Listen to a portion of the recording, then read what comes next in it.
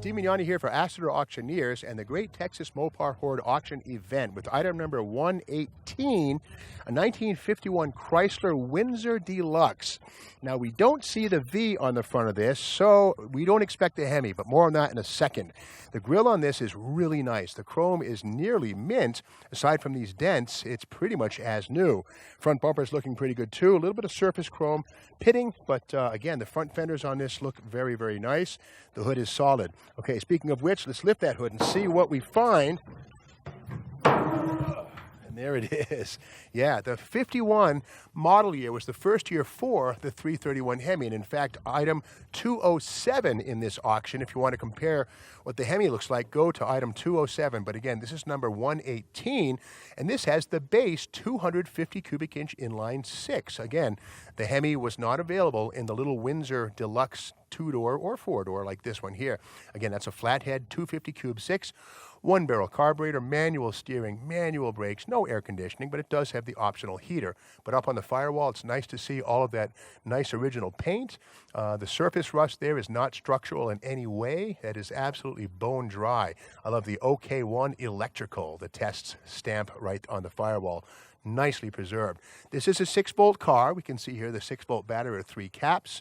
But under the hood, it's looking pretty good. So that front fender, is it as nice as it looks? And again, up here, this is surface rust. That's not even a corrosion issue. That's more like a suntan. We don't worry about that at all. Down here, the metal is beautiful. The magnet sticks everywhere you'd expect it to. Down here, this here is not bubbles. That's just surface abrasion. The magnet sticks on everything. It does have the 15-inch wheels with the bolts. Yes, indeed. Chrysler used bolts until, the late 50s when they finally got with the stud and nut program. The door here up front looks really nice. The magnet sticks really well. That's beautiful. The rocker panel, the stainless is looking really good. And here at the back, a little bit of bubbling right there. That's years away from coming through, but again, it's honest. There's no putty on that. That's first generation rust, no big deal. Let's look inside this 4-door coupe with full door frames, the original upholstery on the seats, and this is a 3-speed manual transmission car. The automatic power flight was extra cost, but I love the way the instrument cluster has that turned finish on the plate. The steering wheel is a little bit eroded, but again, the bones are there, and there's reproductions and restorations available on those steering wheels. And again, 3-speed manual on the column. We continue our way around the back of the car. And again, we see the quarter panels are very nice. The doors are wonderful. I don't see rust at all. Discoloration here is not rust. Looks very nice on the quarters. Down low here, that is beautiful. Rust-free Texas metal. Again, Windsor Deluxe. The logo there. Here's the gas filler. The trunk lid looks really nice. I don't have a key, so we can't take a look inside, but I would guess the floor is in fairly good condition.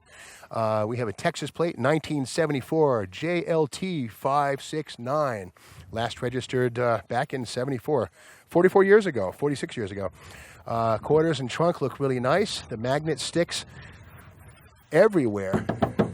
That's beautiful. A really nice rust-free Texas metal. Again, that's a Texas suntan right there. It's not a rust issue.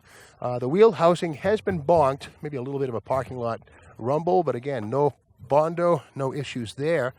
Again, the door is nice. The trim's missing here, but it's looking pretty good right down low. Let's pop that door open and have a look again inside. And yeah, that's cool. This is a radio delete car. And we look next to the speedometer pod, those 2 horizontal chrome strips. Those block off the holes where the radio would go had the original purchaser spent the extra, 40 or 50 bucks. The pedals poking out of the floor, yep, that's the clutch and brake pedals.